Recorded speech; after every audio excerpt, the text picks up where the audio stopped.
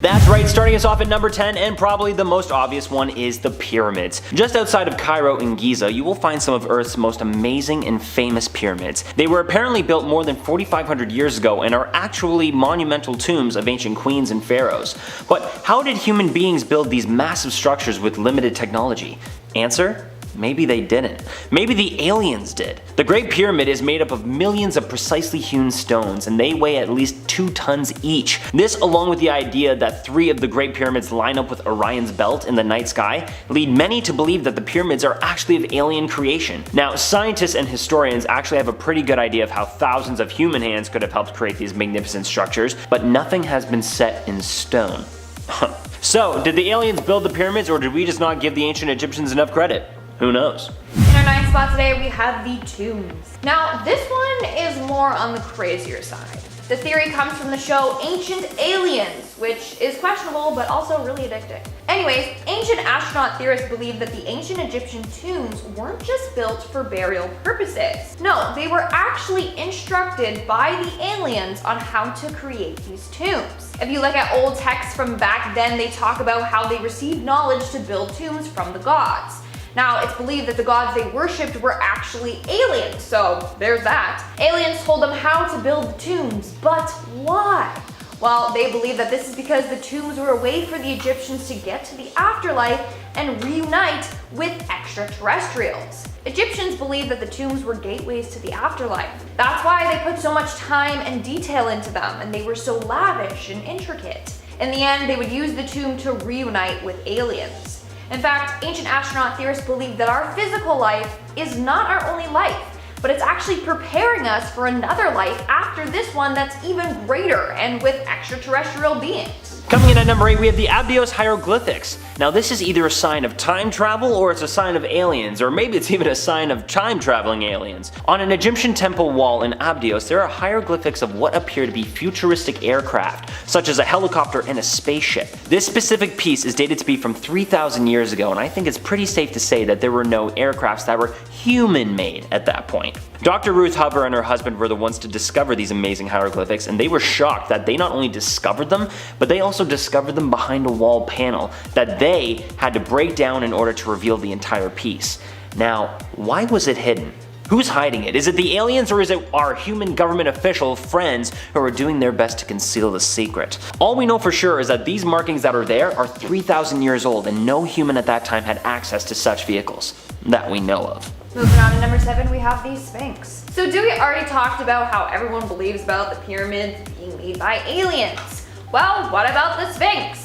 Don't worry, they believe the Sphinx was created by aliens as well. I mean, how is it that they managed to create such a tall and intricate structure when they didn't have any modern day building equipment? It's quite bizarre. But that's not even the weirdest part. Back in 2018, satellite photos on Mars revealed something really freaking freaky.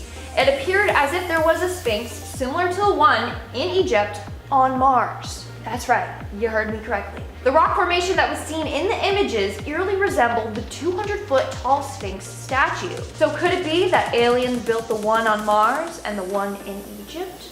Dun, dun, dun. Coming in at our number 6 spot, we have hieroglyphics on Mars. Okay, so this one isn't exactly found in Egypt, but it does have a tie to Egypt. NASA recently retrieved tons of new photos from the red planet Mars taken by its Curiosity rover. When the pictures came back, many noticed these awfully strange markings on the side of a rock, the markings being rather similar to the ancient hieroglyphics that are found in Egypt. According to many alien researchers and conspiracy theorists, this is proof that the aliens had been on Earth, especially in ancient Egypt, and that they also may have come from Mars. But scientists aren't exactly on board with this theory yet. Many believe the photo to be manipulated into having the markings on the stone, and others just think that they could be strange markings that, just aren't explainable. In the end, the only thing close to life on Mars that has been found so far is water below the planet's surface. So while that gives the possibility and opportunity for life, we still don't have any hard proof. But if these markings did turn out to be real, no one would give a heck about Martian water. We are now at our 5th and halfway mark with the sun god Aten. Back in the day, ancient Egyptians were known as polytheistic, meaning they believed in multiple gods. That was until one day Pharaoh Akhenaten was literally like, nah, we only need to worship one god and one god only. And that was the sun god. Which makes us wonder, why would Akhenaten come out of nowhere and declare this? What changed his mind? What made him believe that the sun god was the only god out there? Well, the answer might lie in the depiction of that god. Aten is depicted as a disc in the sky. Isn't that strange? What else do we know that is a disc that flies through the sky? UFOs/aliens and their spacecrafts. So theory goes that Akhenaten was greeted by this flying saucer one night and his entire view about gods changed. The aliens might have given him a message telling him that they are the only god out there and they should bow down to them. So he did as he was told to do and got everyone to worship this flying disc, aka the aliens. Coming in at our number 4 spot, we have an Egyptian pictograph of a caped alien. This pictograph from 400 BCE pictures a man offering up some type of large fowl to what seems to be a caped alien. No one has been able to prove exactly what is being depicted here or why, but one thing to pay close attention to is the eyes. Don't those eyes look like the stereotypical ones we know from all of our alien movies, stories, and media? Yeah, they do. Without primary sources to tell us what exactly is going on here, this is a hard one not only to debunk, but even also to prove. I do really enjoy that it has the famous alien eyes though, because when I dive into the alien topic, I always try to have a healthy amount of skepticism, but I do also look for the common denominators, and those eyes are definitely common in pretty much any alien media out there. So, I don't know man, but it seems cool to me. In our third spot, we have Akhenaten's elongated skull. So I just finished talking about how Akhenaten might have been in contact with aliens, right?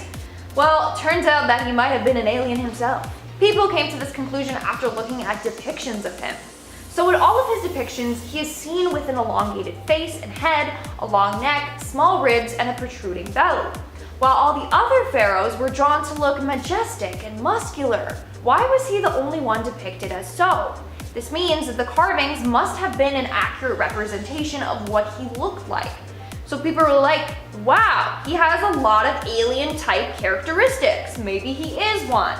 Whereas others believe he suffered from a genetic disorder that caused his body to grow as so. But you decide what you want to believe. And coming in at number 2, we have Elon Musk. If Elon Musk says it, then it must be true, right? Back in 2020, Elon Musk famously tweeted, "Aliens built the pyramids, obvi." And this, needless to say, caused a huge stir.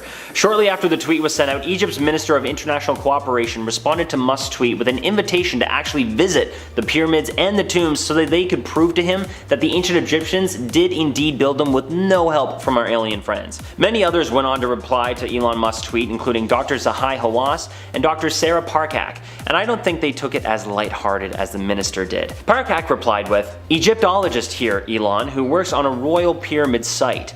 They did not. Ancient Egyptians did. Plus we have the papyrus that are like live tweets of pyramid construction at Giza. Happy to share resources so you can get yourself educated." Ooh, yeah, so while I think Elon is a very smart guy, I would actually have to be more inclined to listen to him after he takes them up on his trip to the pyramids. If he is still saying the same thing after that, then hey, you know what, maybe he's onto something. But until then, maybe just put away the phone there, Mr. Elon. And in our number 1 spot today, we have King Tut's dagger.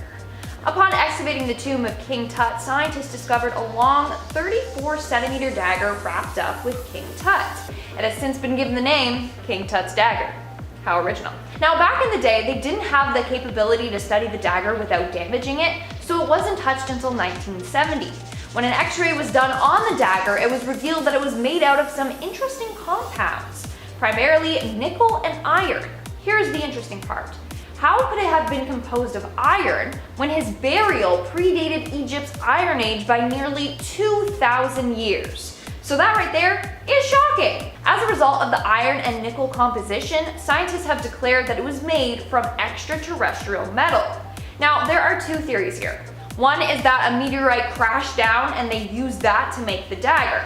Theory 2 is that the dagger was made by aliens and dropped or left by them accidentally, or maybe even given to King Tut as a gift. Starting off this countdown, we have the Solomon Island saucer. Over the years, there have been a number of UFO sightings near the Solomon Islands. Most witnesses experience the exact same thing. They see a UFO with strange lights rise out of the ocean and fly off into the sky. These sightings are what have led to the theory that aliens have secret bases underwater. One fisherman in the area said he saw this UFO and the lights raise out of the ocean and then fly by him. He said it got so close to him that he could feel the heat on him as it passed by. Not only that, but some people who have witnessed this ended up disappearing without a trace. So like, did the aliens come for them or something? Or what? Are they gonna come for me now? No thank you. Just don't go to Solomon Islands, okay? In our ninth spot today, we have the octopi. And I wanna say octopus is so bad, but I know it's not the proper plural, so we're going with octopi, whatever. Ancient astronaut theorists believe that octopi are some sort of version of an alien. Maybe they're related to aliens. So let me explain.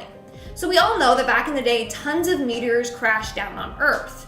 Well, they believe that the meteorites that crashed into the ocean from space actually contained some sort of organic material. Now, this either infected some sort of water species or allowed the material in the meteor to evolve into octopi. So really, octopi could just be composed of alien DNA. Now, to support this theory, they mention that both octopi and aliens are incredibly smart.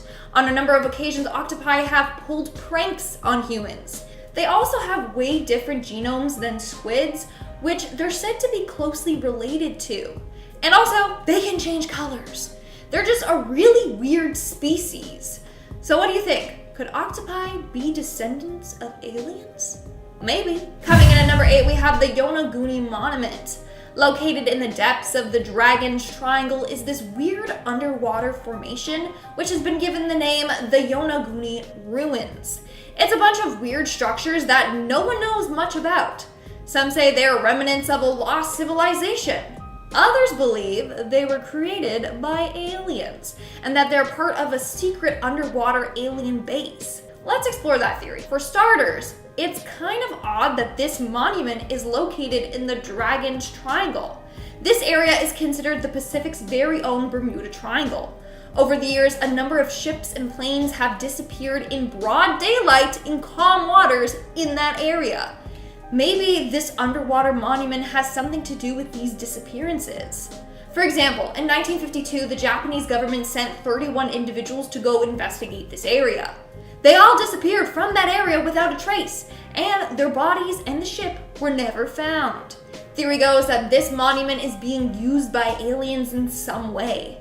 Maybe it's interfering with our navigational equipment and causing these plane crashes and ship disappearances.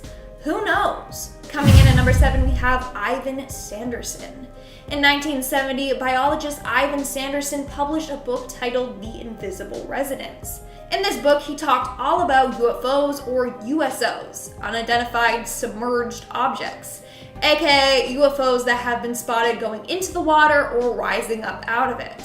According to his book, on April 19, 1957, a crew member on board a Japanese fishing boat witnessed something very strange. He saw 2 metallic silvery objects descend from the sky and dive right down into the sea. He described them as being 10 meters long with no wings or anything. When the craft hit the water, it caused great waves and rocked their boat. This could be more proof that aliens have secret bases in the ocean. Coming in at number 6, we have the leaked UFO video. A recent leaked video from 2019 shows a UFO diving into the ocean off the coast of San Diego. And guess what? The Pentagon confirmed this video to be authentic. So basically, in this video, you can see a dark spherical object flying over the ocean. It was picked up by an infrared camera at night. The object flies back and forth across the screen before stopping and slowly lowering itself into the water. Apparently, this video was recorded by official Navy personnel. Take a look at it and see for yourself. Took off, booking it. Staying with topside, gust of 40. It's flash. What do you think that could be? The Pentagon has no explanation for it yet. Also, the area was then searched and no craft was ever recovered or found. We are now at our 5th and halfway mark with the Baltic Sea anomaly. In 2011, a group of divers went out looking for treasure in the Baltic Sea. That's when they came across something weird. It was a 70-meter long weird object laying 300 feet below sea level. This thing has since been named the Baltic Sea anomaly. because no one knows what it is. It's just this massive steel-looking structure shaped like a disc with some weird patterns on it. It gets weirder when the divers claim their equipment randomly stopped working when they got closer to the object. The thing caused a massive electrical interference there. It's believed that this thing could be part of an ancient alien spacecraft. To this day, this thing still baffles scientists. They don't know what the heck it is. In our fourth spot today, we have the underwater crop circles. Underwater crop circles don't really need an explanation. They're crop circles found underwater. They're actually quite beautiful. It's just a bunch of almost perfect circles with a design found at the bottom of the sea. Scientists have said that they are made naturally by pufferfish while on a journey to find a mate. Blah, blah, blah, okay? It's kind of weird how perfect and detailed and intricate these circles are. You decide what you want to believe. Are they made by a fish or are they made by aliens? In our third spot today, we have the underwater Stonehenge. Turns out that there's a version of Stonehenge located right at the bottom of Lake Michigan. There are a bunch of random rock formations that scientists have been struggling to explain, but it's believed that they are thousands of years old. What makes it even weirder is that on one of these stones, they discovered a carving of a mastodon, a relative of an elephant that went extinct over 10,000 years ago. So they were like, maybe this structure has been here since the last ice age. So we really don't know how old they truly are, or who built them, and why. But of course, ancient astronaut theorists believe that aliens are involved in this somehow. In our second spot today, we have the weird space alien creature. This video might be real footage of a shape-shifting alien. So it was captured in 2013 by a remotely operated vehicle. The vehicle was 3,753 below in the Indian Ocean when it saw this creature. Now the creature is quite beautiful. It looks almost like a jellyfish, but it's a creature we have never seen before. As the video goes on, we literally see it shapeshift in front of our eyes, and it starts to glow different colors. Then at the end of the video, it disintegrates. And that's the last we have ever seen of this creature. We still don't know what on earth this creature is, if it even is from Earth. And in our number one spot today, we have the Sycamore Knoll. The Sycamore Knoll is a weird stadium-shaped structure located about 2,000 feet underwater. It's massive. It's about 2.5 to 3 miles wide. It also has what appears to be pillars or columns supporting it. And under there, it looks like an entrance. So automatically people were like, yeah, that for sure is an entrance to an alien base. And not gonna lie, it looks like it. This base was first discovered on Google Maps and is located close to Malibu. People have claimed to see UFOs landing in the waters in that exact area before they even knew of that underwater structure. Freaky, isn't it? To this day, scientists don't know for sure what this thing even is. Alright guys, that's all for today's video. Do you believe in aliens? Let me know in the comments below.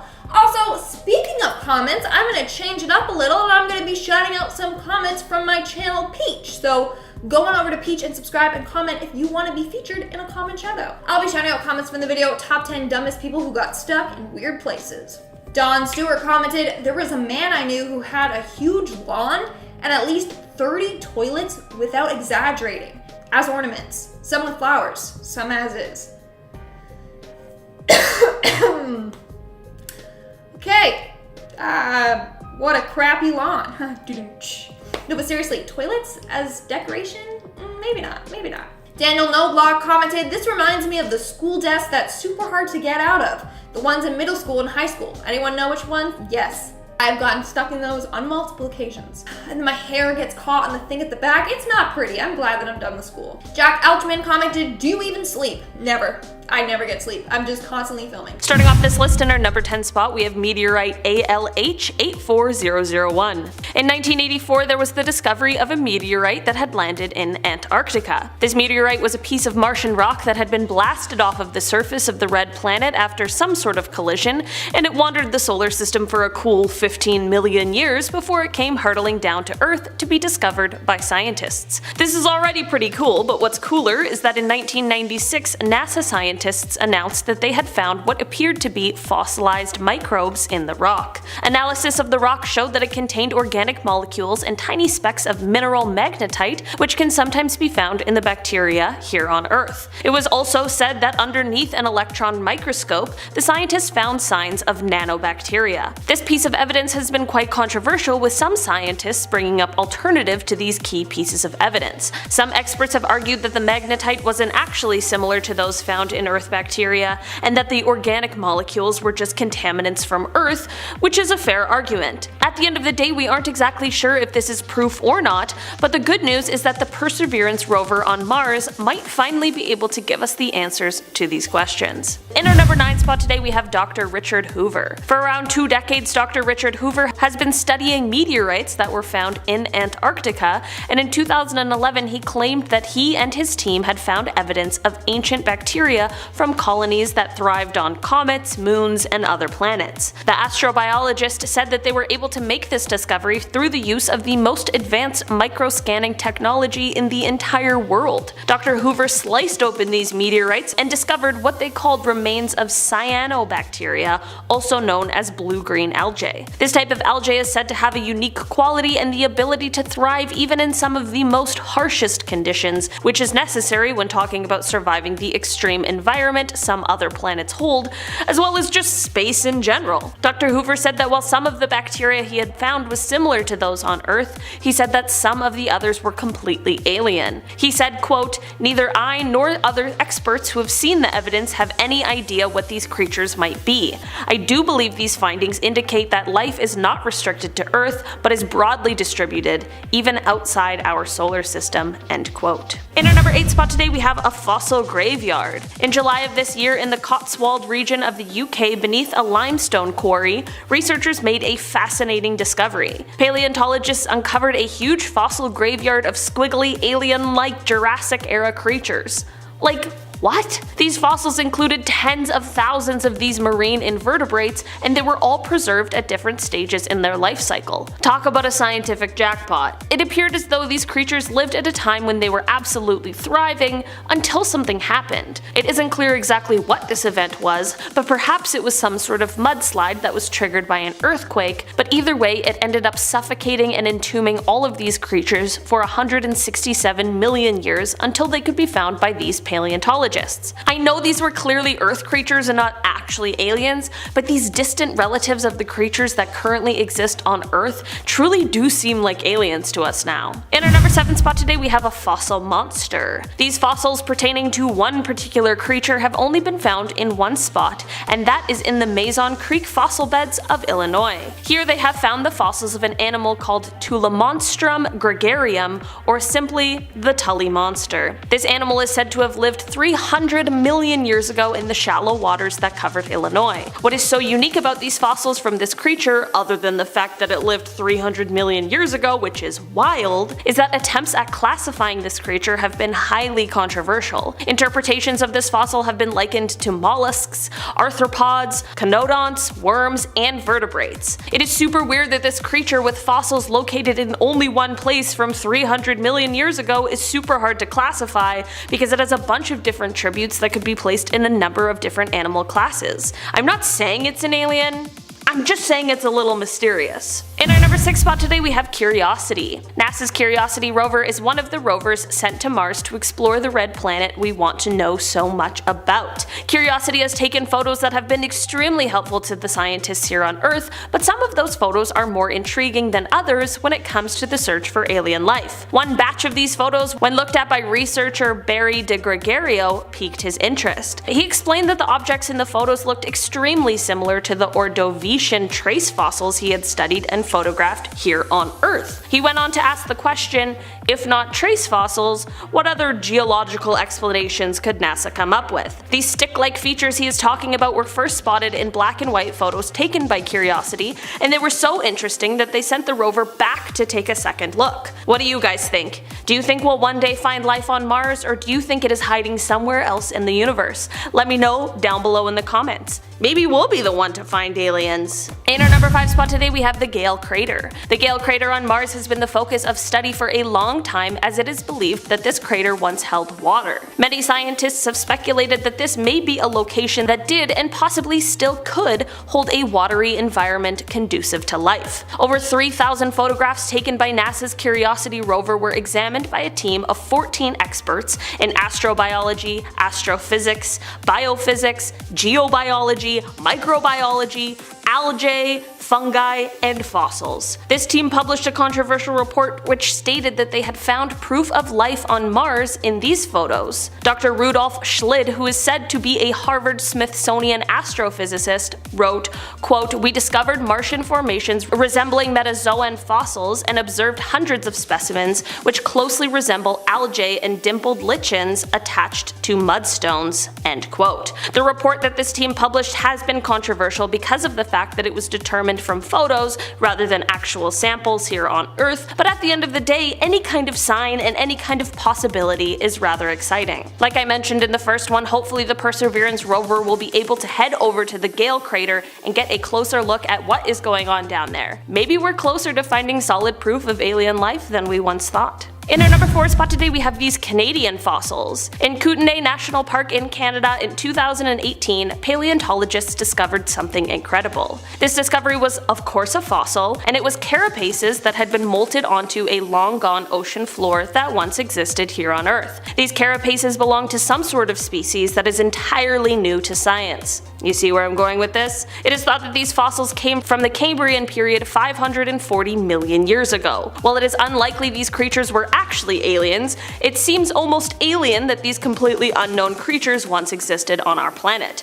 And who knows, maybe it really is the fossil of an alien. I mean, I wasn't around 540 million years ago to tell you, so at this point, I'm not really sure. It is debated exactly how these creatures relate to animals we currently have living on this wonderful Earth, which just adds to the mysteries of this wonderful find. In our number 3 spot today, we have lava tubes. As it turns out, lava tubes may just be where the alien life has been hiding all these years. Besides holding the keys to the answers of a planet's geological history, lava tubes may also host environmental conditions that are relatively stable, which is kind of shocking. This may mean that these lava tubes would be appealing to life forms of all sizes. If a planet like, let's say, Mars ever did host life at one point, it's entirely possible that these life forms may have moved and tried to find a safer place amongst the changing conditions and evolution of Mars. These life forms may have been seeking some kind of haven, and this is where the lava tubes come in. Pascal Lee, a planetary researcher at NASA's Ames Research Center in Mountain View, California, said, quote, "On Mars and other places, lava tubes have the potential to have made the difference between life and death." End quote. Lava tubes, wherever they are found, are scientifically exotic, and it's been said that a mission to another world that also studies these underground features as well as the surface of the planet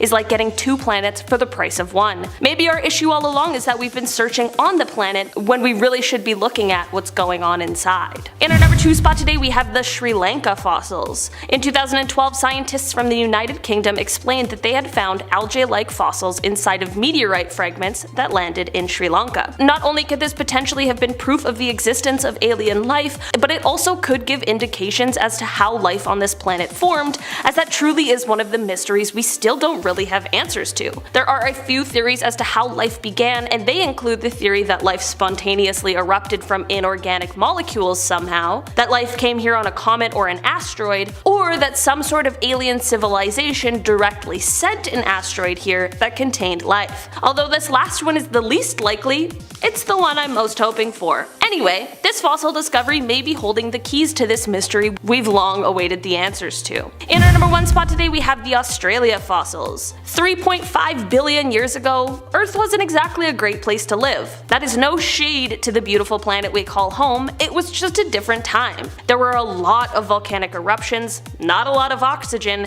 and a pretty high chance of getting hit by an asteroid. Despite all of this and this extreme environment, something happened that allowed life to form and evolve here. This has led scientists to believe that surely this has also happened on other planets. right? Fossils found in Australia, which were dated back 3.5 billion years ago, are the earliest direct evidence of life on Earth. This alone is crazy and exciting, but the research done on these fossils showed that not all of these fossilized organisms were the same. Some were primitive photosynthesizers and others produced methane. This shows that not only was life forming at this time, but that it had an easy time doing so. Scientists can't be sure about how much earlier life could have been formed here, but if the conditions are right, it seems as though these fossils prove that it's not exactly difficult for it to happen, and that life in the universe should be pretty widespread. The organisms in the fossils probably wouldn't like life on Earth so much now, but it does show that life can form and thrive under conditions we would think of as unlivable.